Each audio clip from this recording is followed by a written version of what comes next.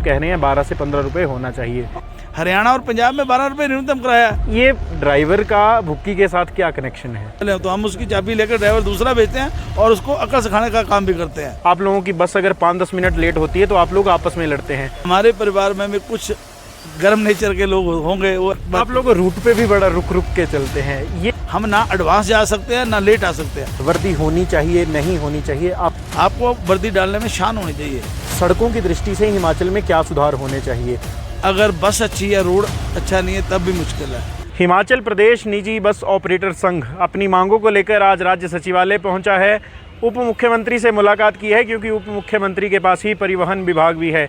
क्या मांगे इनकी सरकार से है और जनता निजी बस ऑपरेटरों को लेकर कौन सी शिकायतें करती है, सब मुद्दों पर बातचीत करने के लिए हमारे साथ हिमाचल प्रदेश निजी बस ऑपरेटर के संघ के अध्यक्ष राजेश प्राशर हमारे साथ हैं। प्राशर जी, आपसे पहला सवाल, आज आप उप मुख्यमंत्री से मिले हैं, मुलाकात में क्या क्या बातें सामने आई हैं, आपने अपनी कौन कौन सी डिमांडें उनके सामने रखी हैं? हमारी ये बैठक काफ़ी महीनों से जो है पेंडिंग चल रही थी, क्योंकि प्रदेश में आपदा आने के कारण वहाँ पे उप मुख्यमंत्री महोदय व्यस्त थे। तो हमने भी कहा कि हमारी बैठक लेट हो जाए, कोई बात नहीं, पहले वो लोग जो परेशान हैं उनको हेल्प करने का समय है, जिनके पास खाने को खाना नहीं है, पहनने को वस्त्र नहीं है, रहने को घर नहीं है।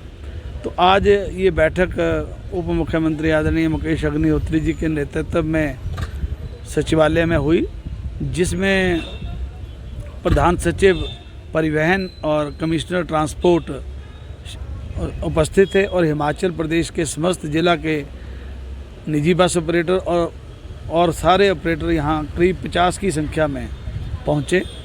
हमें सबसे बड़ा मुद्दा ये आ गया था कि पिछले कुछ दिनों में पहले रिप्लेसमेंट ऑफ व्हीकल, अपने एक रूट से दूसरे रूट पे अगर बस को हमने बदलना है तो 8 साल के बाद बड़ी बस को नहीं बदल पाएंगे।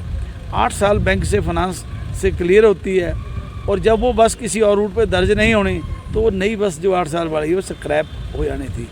तो इस सारे पहलुओं पे इस पर ना तो सरकार को कोई फ़ायदा था ना जनता को फ़ायदा था, केवल मात्र निजी बस ऑपरेटर को ही नुकसान हो रहा था। तो उन्होंने इस बात को बोला भी ये फैसला हम इसको रिव्यू करते हैं, जैसे पूर्व में 12 वर्ष तक ये फैसिलिटी मिली थी वो वैसे ही रहेगी। उसके बाद एक संशय बना हुआ था, पिछले दिनों निर्देशक परिवहन की तरफ से खबरें आ रही थी कि रूट परमिट का जो है ना, बस के साथ स्थानांतरण जो है वो रोका जाएगा और परमिट को जमा किया जाएगा। उससे पूरे प्रदेश के निजी बस ऑपरेटर हताहत हो गए।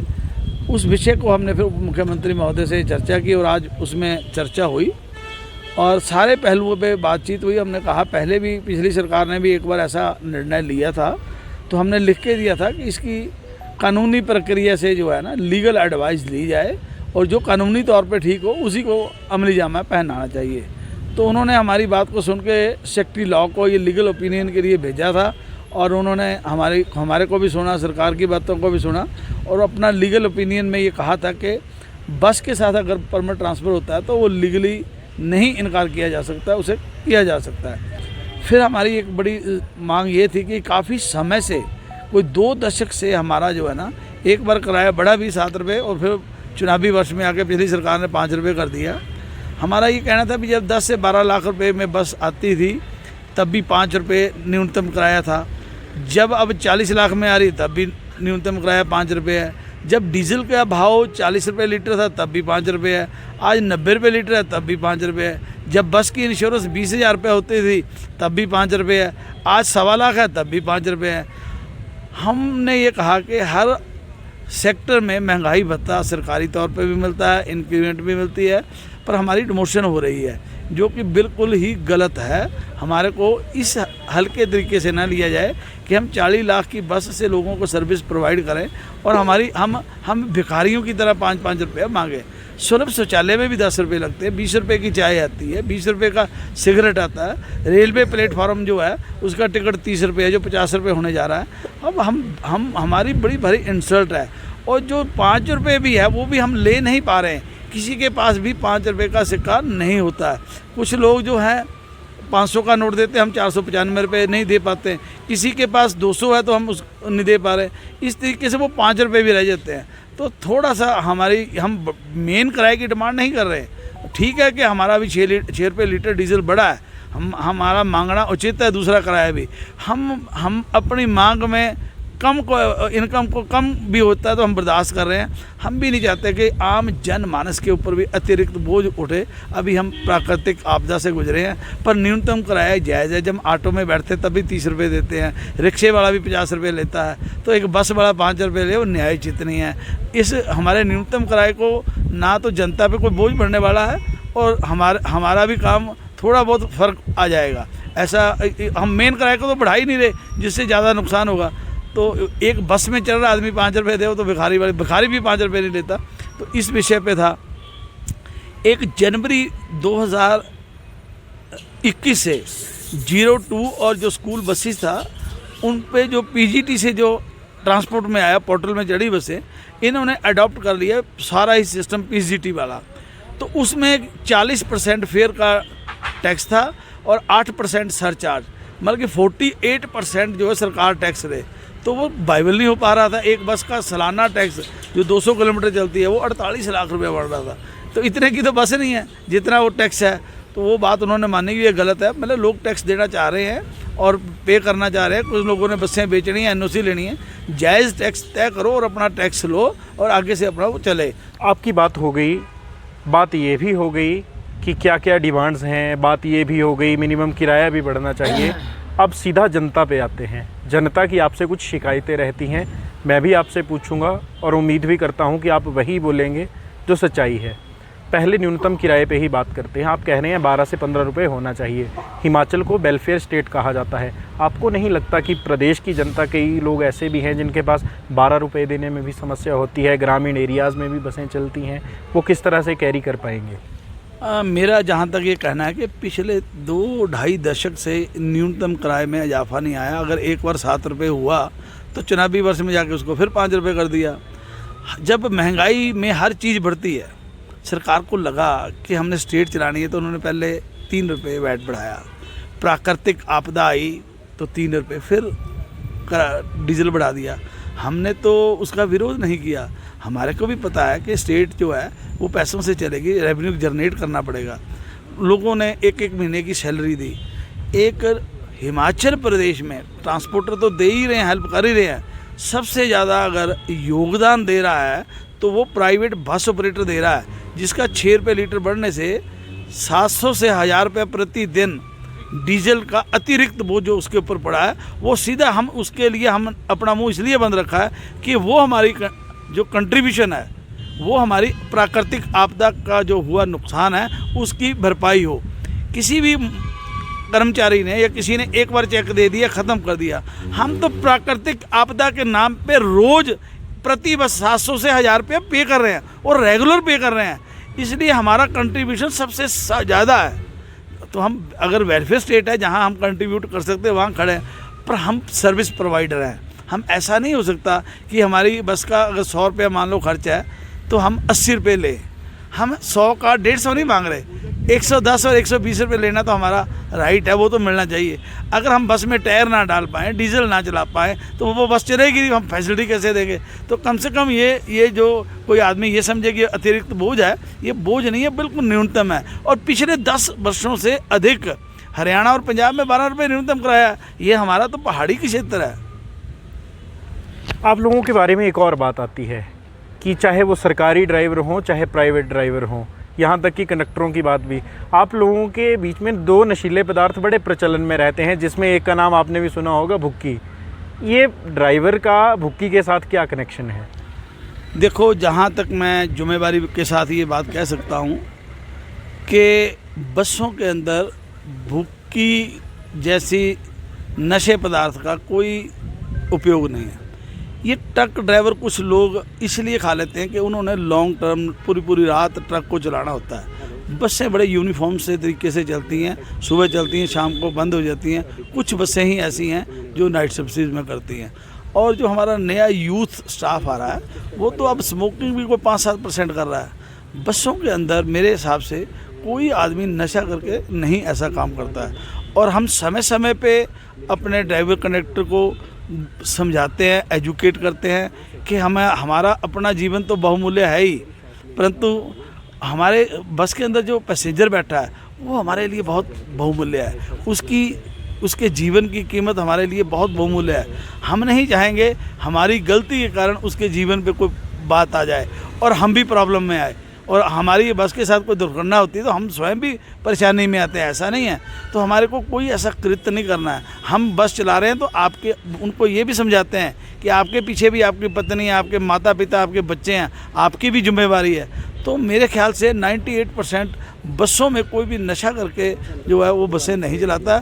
और अगर हमारे को पता लग जाए कोई बस वाला ऐसा कर रहा है, चाहे वो किसी की भी बस हो, हम चले तो हम उसकी चाबी लेकर ड्राइवर दूसरा भेजते हैं और उसको अकल सिखाने का काम भी करते हैं। और हम कानून से भी बोलेंगे, अगर ड्यूरिंग ड्राइविंग कोई नशा करता है, कानून अपना सख्ती से काम करे, हम उसमें बिल्कुल आड़े नहीं आएंगे। और समय समय पर हम अपने स्टाफ को एजुकेट करते भी हैं और ऐसे एजुकेट करते भी रहेंगे। गुंडागर्दी और बदतमीजी का सवाल काफ़ी उठता है। एक उठता है आप लोगों की आपस की ही टाइमिंग को लेकर, आप लोगों की बस अगर 5-10 मिनट लेट होती है तो आप लोग आपस में लड़ते हैं।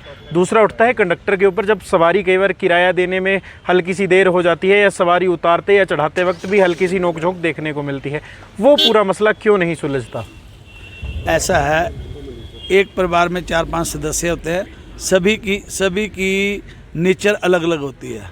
अब हमारे परिवार में भी कुछ गर्म नेचर के लोग होंगे, वो ऐसा कर लेते हैं। और जहाँ तक टाइम टेबल को लेके बात है, वो टाइम टेबल पे लेके प्राइवेट में आपस में 5-7% होता है। ज़्यादा करके झगड़ा अगर आता है तो HRTC और प्राइवेट के बीच में ज़रूर आता है। उसका कारण एक है कि एक थोड़ा सा उनको महसूस होता है सरकारी HRTC के ड्राइवर कंडक्टर को, हम सरकारी मुलाजिम हैं, तो वो जो 2.5 घंटे का टाइम में सफ़र है वो 2 घंटे में करता है। और वो आधा घंटा फास्ट होता है, उसमें 3-4 बसें प्राइवेट भी हो सकती हैं। जब मेरे पीछे से आने वाली बस मेरे को क्रॉस करके आगे जाएगी तो नेचुरली वो सिस्टम तो ख़राब होता है।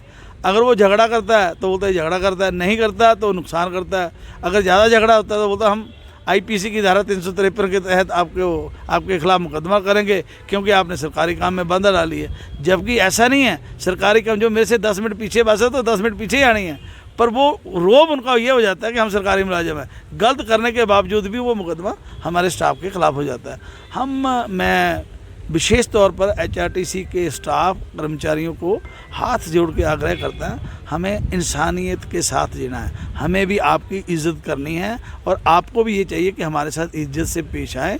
और जैसे जैसे कानून के मुताबिक, टाइम टेबल के मुताबिक हमारे को सेटल किया है, हमें उसी के मुताबिक चलना चाहिए, कानून की प्रक्रिया से बाहर नहीं जाना। और जो सवारियों के साथ नोक-झोंक होती है, देखो हमारा व्यवसाय जो है ना, हमारे लिए अन्नदाता जो है हमारी सवारी है। हम अपने परिवार से ज़्यादा अपने सवारी की रिस्पेक्ट करते हैं। कोई इक्का दुक्का जो स्टाफ कोई गलत करता है और हमारे संज्ञान में आता है, हम उसके खिलाफ कार्रवाई करते हैं, उसको सज़ा करते हैं, 2 महीने बस से नीचे उतारेंगे या कुछ और जो भी है वो हम करेंगे।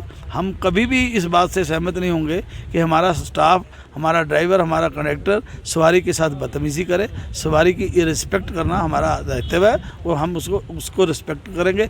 पर कहीं कहीं देखने में कई बार ऐसा भी आता है, सवारी भी गलत शिकायत कर देती है। 100 रुपये किराया है तो वो 70 रुपये देती है, कंडक्टर बोलता है मैं तो 100 लूँगा, बोलता दूसरी बस में गया तो उसने 60 लिए। वो ऐसी बातें करने लग पड़ते हैं। कई बार जब पूरा किराया लेने की बात आती है तो झगड़ पड़ते हैं, फिर वो बोलते हैं कंडक्टर बदतमीज़ है। अगर किराया वो 100 का 60 ले लेगा तो ठीक है, अगर 100 का 100 मांग रहा है तो कई डिफरेंट इश्यूज़ पे आप लोग रूट पे भी बड़ा रुक के चलते हैं, ये शिकायत क्यों आपसे? ऐसा हम कभी नहीं कर सकते। हमारे को RTO कार्यालय से, सेक्रेटरी RTO से समय सारणी अवगत होती है, ना हम 2 मिनट आगे ना 2 मिनट पीछे चल सकते हैं। हाँ, ये इसलिए महसूस होता है कि प्राइवेट बस तो अपने टाइम से चलती है, पर HRTC की बस जो है वो 3 घंटे का सफ़र जो 2.25 घंटे में भी कर लेती है। उसको रोक नहीं कोई पाता कि वो सरकारी है, उस प्रेशर से चलाते हैं। हमने तो जो हम ना एडवांस जा सकते हैं ना लेट आ सकते हैं। एडवांस जाएंगे तो आगे की बस वाला रोकेगा, पीछे आएंगे तो पीछे वाला रोकेगा। तो जो हमारे को समय सारणी जारी की है उसी के मुताबिक हमारे को चलना पड़ता है। वर्दी का सवाल बड़ा उठता है, वर्दी होनी चाहिए नहीं होनी चाहिए, आपको क्या लगता है? देखो, वर्दी एक आइडेंटिटी है पैसेंजर को, कि वो वर्दी डाला हुआ आदमी एक ड्राइवर हो सकता है, कंडक्टर हो सकता है। वो बिल्कुल, अगर हम अपने स्टाफ को वर्दी प्रोवाइड करते हैं, हम अपने स्टाफ को भी एजुकेट करते हो, आपके माध्यम से भी रिक्वेस्ट करते हैं, आपको वर्दी डालने में शान होनी चाहिए, डालनी चाहिए। और जो प्राइवेट ऑपरेटर नहीं देता है वर्दी, वो फिर उसका नुकसान वो सहन करे। और जो देता है और वो स्टाफ नहीं पहनता है तो कानून उस पर काम करे। हम उसका फ़ाइन भी नहीं पे करेंगे, वो फ़ाइन भी वही स्टाफ पे करेगा, वर्दी लेने के बाद नहीं डालता। वर्दी डालनी चाहिए, अच्छी बात है। आपसे आखिरी दो छोटे छोटे सवाल। पहला सवाल ये है, हिमाचल की सड़कों पे आप दिन रात चलते हैं, सड़कों की दृष्टि से हिमाचल में क्या सुधार होने चाहिए? और दूसरा सवाल एक और है कि रात को हम अक्सर देखते हैं कि सेवाएं कम मिलती हैं, जैसे आपने स्थानीय रूट पे जाना हो, प्रदेश में बेरोज़गारी भी है, देश में बेरोज़गारी भी है, क्या कुछ युवाओं को भी परमिट देने की आवश्यकता है? हाँ, देखो, हमने एक बात कुछ महीने पहले डिप्टी सीएम मुकेश जी से की थी कि कुछ बसें हमारी ऐसे पॉइंट पे पहुंच जाती हैं, उसके आगे कुछ सड़कें बहुत तंग हैं, लोग पैदल आते हैं या टैक्सी में आते हैं या अपना व्हीकल लेके आते हैं। उन जगहों को चिन्हित करें, छोटी गाड़ियों को, जो नया यूथ है, अनएम्प्लॉयड यूथ है, उनको रूट परमिट दें और उनको रोजी रोटी मिले और लोगों को डोर स्टेप पे ट्रांसपोर्टेशन मिले। और उस पे उप मुख्यमंत्री महोदय ने काम किया है और कुछ रूट आने वाले समय में प्रकाशित हो जाएंगे और उन लोगों को मिलेंगे। वो जो मेन रोड पे बसें चल रही हैं, लिंक पे जहाँ बड़े रोड पर बसें आती हैं, उनको फीड करेंगी, वो आगे पहुँचाएंगी, लोगों को भी फैसिलिटी मिलेगी, बेरोजगारों को काम मिलेगा। सरकार भी उस पर काम कर रही है। सड़कों में सुधार, देखो, हम ये दोनों चीज़ों के माध्यम से, सड़कों का और बसों का सुधार, दोनों में सुधार होगा तो यात्री सुरक्षित होंगे और रोड एक्सीडेंट में कमी आ जाएगी। रोड अच्छा हो, अगर बस अच्छी नहीं है तब भी मुश्किल है, अगर बस अच्छी है रोड अच्छा नहीं है तब भी मुश्किल है। हमें अपनी बसों की क्वालिटी को और अच्छा करने की भी ज़रूरत है और सरकार से रिक्वेस्ट है कि सड़कों को भी दुरुस्त करना आपका दायित्व है। आपको जहाँ ब्लैक स्पॉट्स ख़त्म करने, ब्लाइंड्स ख़त्म करने, रोड साइंस बोर्ड जो है जगह जगह लगे होने चाहिए। और अगर आदमी बाइबल है और पैसे कमाता है तो अच्छे टायर डालेगा, अच्छे पार्ट्स डालेगा, दोनों चीज़ें ऐसे चलेंगी तो मेरे हिसाब से जो है ड्राइवर कंडक्टर को एजुकेट किया जाएगा गाड़ियाँ कैसे चलानी है, तो रोड एक्सीडेंट कम होंगे और लोगों को सुविधा बहुत अच्छी मिलेगी। सवारियों और अपने मुद्दों को लेकर हमारे साथ चर्चा में थे हिमाचल प्रदेश निजी बस ऑपरेटर संघ के अध्यक्ष राजेश पराशर। संवाद भारत में अभी के लिए बस इतना ही। नमस्कार।